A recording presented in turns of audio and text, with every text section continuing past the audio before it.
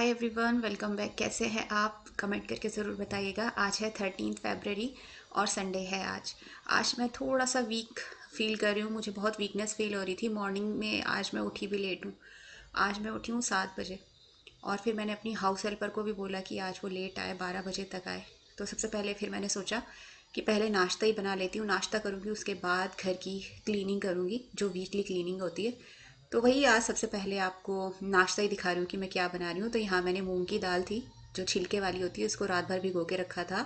उसका पुराना पानी निकाल के उसको अच्छे से धो लिया था। फिर इसके अंदर मैंने थोड़ा सा पानी ऐड किया, जिंजर और हरी मिर्ची वो थोड़ी सी डाली और इसको इस तरीके से मैंने ग्राइंड कर लिया। मैं आज स्टफ़्ड चीला बनाऊंगी, इसलिए फिर मैंने ये तैयारी कल रात से ही मतलब करके रख दी थी। और शायद आजकल मैं ये जो डाइटिंग वगैरह कर रही हूँ ना, इसकी वजह से मुझे लग रहा है मैं थोड़ा सा वीक फील कर रही हूँ। आप लोग बोल रहे हो कि मैंने वेट कम कर लिया है।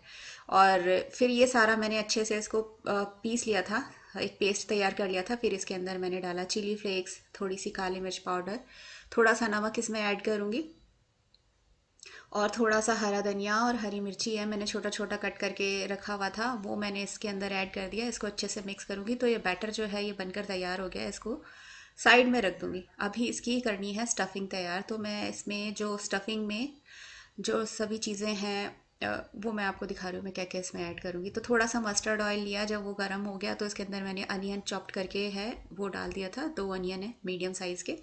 थोड़ी देर तक इनको भून लेना है, बहुत ज़्यादा ब्राउन नहीं करना है, हल्का सा बस ये पिंक सा हो जाए। फिर इसके बाद इसमें मैं दूसरी सब्जियां ऐड करूँगी। तो इसके अंदर मैं चॉप्ड थोड़ी सी कैरेट है वो डालने वाली हूँ। एक कैरेट है ये, वो मैंने डाली है। और थोड़ी सी कैप्सिकम है चॉप्ड, वो भी डालूंगी। तो 2 कैप्सिकम थी, छोटी छोटी सी। आप चाहे तो और भी सब्जियां, आपको अगर स्प्रिंग अनियन चाहते हो तो स्प्रिंग अनियन डाल सकते हो, चाहे तो आप इसके अंदर बीट रूट डाल सकते हो। मेरे पास जो भी वेजिटेबल्स अवेलेबल थी वो मैंने इसमें डाल दी। तो थोड़ी देर तक इसको भूनना है ताकि गाजर का कच्चापन थोड़ा सा चला जाए, एकदम कच्चा ना लगे। फिर इसमें मैंने कैप्सिकम डाल दिया है, इसको भी थोड़ी देर तक चलाना है, मतलब 1-1 मिनट तक भूनना है, बहुत ज़्यादा देर तक नहीं भूनना है। क्योंकि ये चॉप्ड है, बहुत छोटे छोटे इसके पीसीज हो रखे हैं इनके। तो फिर ज़्यादा टाइम नहीं लगेगा इनको भूनने में, सॉफ्ट होने में। बस फिर ये अच्छे से अभी मैंने इनको भून लिया 1-1 मिनट। अब इसके अंदर ये जो पनीर है ये मैंने इसमें ऐड कर दिया है। फिर इसके अंदर मैंने डाला है गरम मसाला थोड़ा सा, और थोड़ा सा इसमें नमक ऐड कर लूँगी। आपको और भी कोई मसाले वगैरह कुछ ऐड करना हो वो आप कर सकते हैं। और फिर इसमें मैंने डाला है हरा धनिया, और फिर इसे थोड़ी देर तक इस तरीके से चला लूँगी। इस तरीके से भुर्जी तैयार हो गई है एक तरीके से, ये पनीर वाली जो होती है। बस ये स्टफिंग जो है ये रेडी हो गई है। अब चीला बनाने की तैयारी है। तो यहाँ पर ये मैंने अपना कास्ट आयरन वाला तवा लिया है और इस पर मैंने लगाया है घी, और अच्छे से गर्म हो गया है। तो इस पर मैं जो बैटर है वो चीला चीले के तरीके से अच्छे से स्प्रेड कर लूँगी। ज़्यादा टाइम नहीं लगता है, चीला बनने में बहुत जल्दी बन जाता है। ऊपर से खाने में भी अच्छा है, हेल्दी है, इतना सारा प्रोटीन मिलता है खाने में। तो बस इसे इस तरीके से मैंने इसको फैला लिया है। मेरे से सब पूछते हैं कि ये कास्ट आयरन वाला जो तवा है इसको आपने कहाँ से लिया। तो शायद मैंने इसका लिंक डिस्क्रिप्शन बॉक्स में डाला हुआ है, तो आप जाकर चेक कर लीजिएगा। इसको यूज़ करने के बाद इसे अच्छे से जब क्लीन कर लेती हूँ और इसे अच्छे से सुखाने के बाद फिर मैं इस पर ऑयल लगाकर आगे और पीछे फिर इसे पॉलीथीन में पैक करके रखती हूँ। मैं बहुत बार अपने वीडियोस में दिखा भी चुकी हूँ। तो यहाँ पर ये एक साइड से सिक गया, इसको पलट लिया।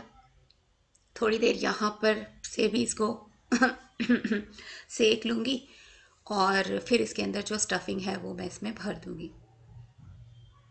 अभी भी मैं खाना बना रही हूँ तो मुझे अभी भी बहुत ज़्यादा वीकनेस फील हो रही थी। पता नहीं क्या हो गया था। शायद आजकल मेरा जो रूटीन है ना, मैं 6 बजे के बाद खाना नहीं खाती हूँ। जैसे शाम को 6 बज जाते हैं उसके बाद मैं कुछ भी नहीं लेती हूँ। शायद इसकी वजह से ऐसा हो गया। मुझे बहुत वीकनेस फील हो रही थी। और यहाँ पर फिर मैंने ये जो स्टफिंग है ये इसमें डाल दी है और इसका इस तरीके से रोल बना दिया, और ये चीला बनकर तैयार हो गया। तो बाकी सभी चीले भी मैंने इसी तरीके से बनाकर तैयार कर लिए थे। नाश्ता वगैरह करने के बाद थोड़ी सी एनर्जी आई, और जो मेरी वीकली क्लीनिंग का काम है वो मेरा शुरू हो गया है। हाउस हेल्पर को तो मैंने बोल ही दिया कि 12 बजे से पहले मत आना, क्योंकि मैं भी जानती हूँ इस काम में बहुत ज़्यादा टाइम लगता है।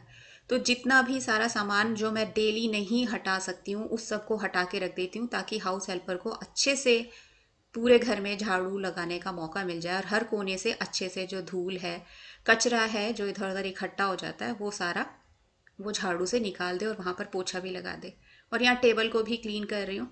तो टेबल ऊपर से तो जैसे क्लीन हो जाती है, लेकिन ये नीचे से जैसे इसके पैर वगैरह हैं, ये मैं डेली नहीं कर पाती हूँ, इतना टाइम नहीं हो पाता है। तो वही है, ये वीकली ही ऐसी चीज़ें होती हैं। जैसे इसके पफीज़ वगैरह हैं, इनको भी सबको अच्छे से क्लीन करूँगी और उनको हटा के एक साइड रख दूँगी। और फिर यहाँ पर झाड़ू जो है और पोछा जो है बहुत ही अच्छे से लग जाएगा। तो इसी तरीके से जैसे डाइनिंग टेबल है, डाइनिंग टेबल में भी जो डाइनिंग टेबल का ऊपर का तो हिस्सा जो होता है, पार्ट होता है, वो तो मैं क्लीन कर देती हूँ।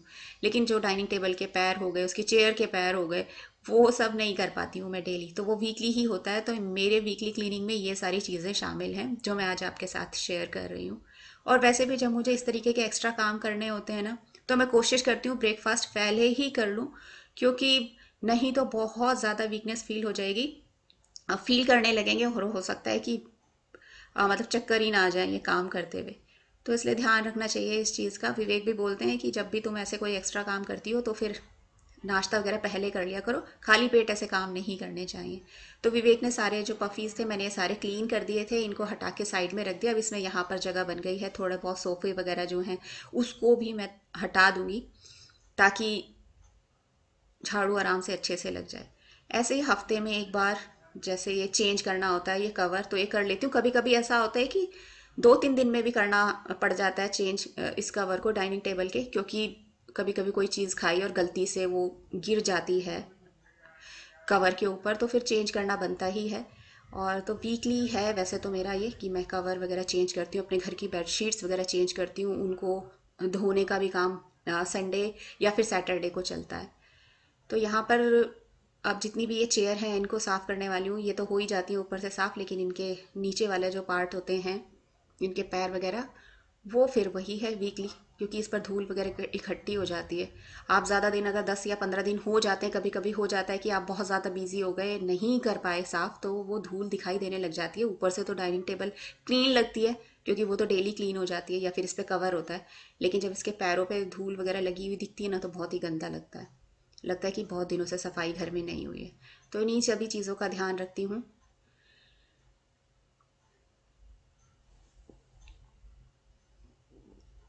और ये सारी चेयर्स वगैरह जो हैं अभी मैंने साइड में ही करके रख दी हैं, क्योंकि इसके नीचे भी वो आएगी और झाड़ू अच्छे से लगा कर चली जाएगी। कवर अभी मैं इसको कर ही दूंगी, साथ के साथ इस पर जो सामान रखने वाला है वो सभी रख दूंगी। और चेयर्स जितनी भी हैं वो सारी साइड में हो जाएंगी। वैसे तो वो अच्छे से क्लीन करके जाती है, लेकिन फिर भी जब काम कर ही रही हूँ तो उसको थोड़ा मुश्किल ना लगे काम करना। जब वो क्लीन करे तो उसे आराम से पूरा स्पेस मिल जाए हाउस हेल्पर को, और वो अच्छे से सब जगह की सफाई कर दे। और जब सारी चीज़ों को हटा के घर को क्लीन किया जाता है ना, हर कोना जब क्लीन हो जाता है तो बहुत ही ज़्यादा अच्छा लगता है। तो डाइनिंग टेबल वगैरह का जो एरिया था वो भी क्लीन हो चुका है, यानी मेरा जो लिविंग रूम है वहाँ पर मैंने तैयारी कर दी है, ताकि हाउस हेल्पर आए तो उसको आराम से जगह मिल सके। तो अब अपना बेडरूम है और तविशी का रूम है, तविशी का रूम भी मैं तविशी की हेल्प से क्लीन कर देती हूँ पूरा हफ्ते का। उसकी स्टडी टेबल जो है वो क्लीन करती हूँ, उसके रूम की भी बेडशीट को बदलती बदलती हूँ, अपने रूम की बदलती हूँ। मंदिर वाले जो रूम है उसके अंदर भी हमने एक बेड रख रखा है, हालांकि वहाँ कोई सोता नहीं है, लेकिन फिर भी वहाँ बेड है, बाय चांस कभी कोई आ जाए, क्योंकि भाई 3 ही रूम है घर में, तो उनके लिए, गेस्ट वगैरह के लिए। और मेरी मदर इन लॉ आती हैं तो वो सोती हैं उस रूम में, मंदिर वाले में। तो इसलिए भी वहाँ पर भी हर हफ्ते मैं उस रूम की भी बेडशीट जो है वो बदलती हूँ। साइड टेबल्स को हटा के साइड में रख दिया, ताकि इसके नीचे की भी सफाई अच्छे से हो जाए। ऊपर से तो मैं क्लीन कर देती हूँ साइड टेबल को, लेकिन जो इधर उधर की जो साइड्स हैं उसको हफ्ते में अच्छे से जो है वो संडे को या फिर सैटरडे को साफ़ कर पाती हूँ। और उस पर जो सामान रखा होता है उसकी भी क्लीनिंग अच्छे से कर देती हूँ। तो ऐसे छोटे मोटे काम हैं जो हफ्ते में एक ही दिन हो पाते हैं। बस अब जितनी भी घर की बेडशीट्स हैं वो चेंज कर दूंगी। हालांकि ये मैंने बेडशीट चेंज तो कर दी थी, लेकिन मैं धो नहीं पाई थी। मुझे सच, मैंने जैसे बताया, मुझे वीकनेस बहुत ज़्यादा फील हो रही थी। जैसे ये काम ख़त्म हुआ मैंने नहाई मैं, और उसके बाद फिर मैंने लंच वगैरह प्रिपेयर किया, और फिर उसके बाद लंच करने के बाद मैं सो गई थी। तो जो मेरी बेडशीट्स हैं वो संडे को नहीं, मंडे को यानी 14 फरवरी को मैंने सभी बेडशीट्स को धोया था। उनको बस मैंने हटा के साइड में रख दिया था।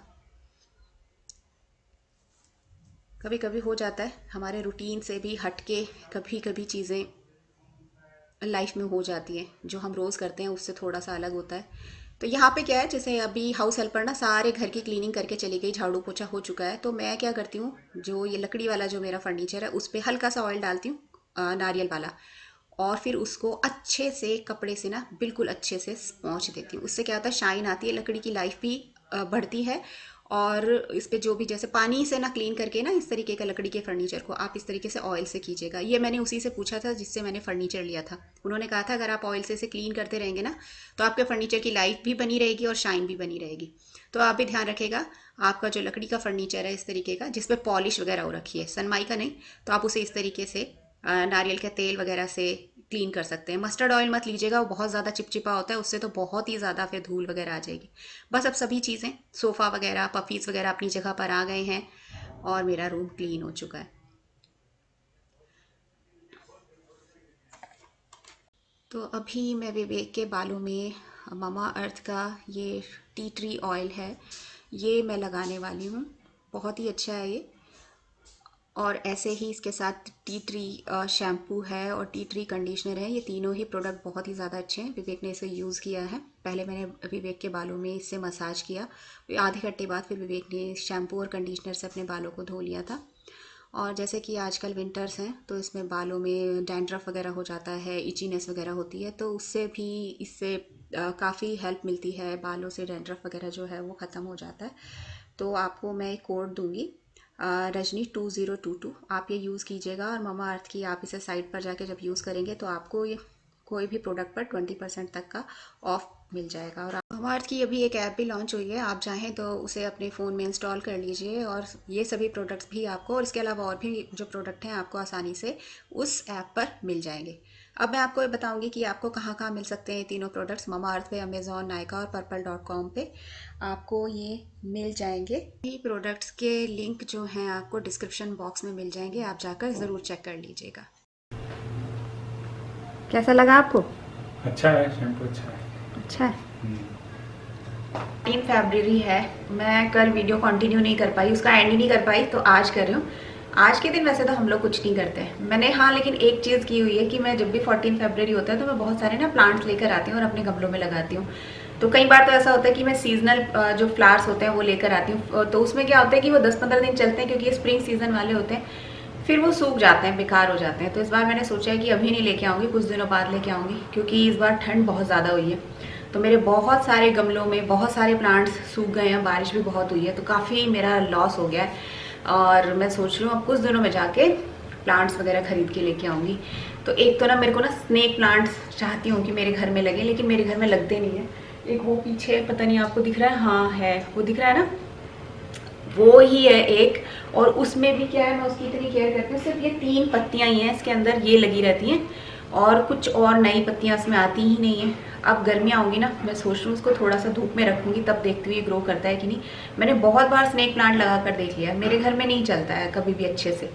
बाकी मेरा यहाँ पर ये स्पाइडर प्लांट है, ये ठीक चल रहा है। अभी सर्दियाँ थी तो मैं अंदर लेके आ गई थी, तो ये अच्छे से चल रहा है। तो प्लांट्स का था कि मैं प्लांट्स ही खरीदती हूँ हर बार 14 फरवरी को, वो इस बार मैंने छोड़ रखा है। अब मैं मार्च में लेकर आऊँगी, बहुत सारे गमले हैं, बहुत सारे गमले खाली हो गए, तो सबके लिए अलग अलग पौधे लेकर आऊँगी। कुछ तो मम्मी के पास भी है, मम्मी ने अपने घर में भी बहुत सारे लगा रखे हैं प्लांट्स, तो हो सका तो कटिंग वाले जो प्लांट्स हैं ना, तो मैं मम्मी से ही लेकर आ जाऊँगी, फिर वो लगाऊंगी। बाकी और भी मेरे पास अभी वो कोकोपीट चाहिए होता है, और भी जो सामान चाहिए होता है ना, वो भी नहीं है। तो एक बार फ्री होके करूँगी, और बहुत लंबा काम है, पूरी बालकनी को एक बार फिर से क्लीन करना है, बहुत ज़्यादा लंबा काम है। कल तो इतनी ज़्यादा वीकनेस हो गई थी मुझे, मेरा मन ही नहीं किया था कि मैं उस वीडियो को कंटिन्यू करूँ। फिर मैंने सोचा था कि नेक्स्ट डे होगा 14 को, मैं बाय बाय बोलूँगी आपको, मतलब वो वाला जो वीडियो है उसका एंड मैं नेक्स्ट डे कर लूँगी। आज मैं थोड़ा ठीक फील कर रही हूँ। तो फिर अब बस अपने वीडियो का एंड करती हूँ। अगर वीडियो पसंद आए तो लाइक करना, अपने दोस्तों के साथ शेयर भी करना। मिलूँगी आपको जल्दी नेक्स्ट वीडियो में, तब तक के लिए बाय।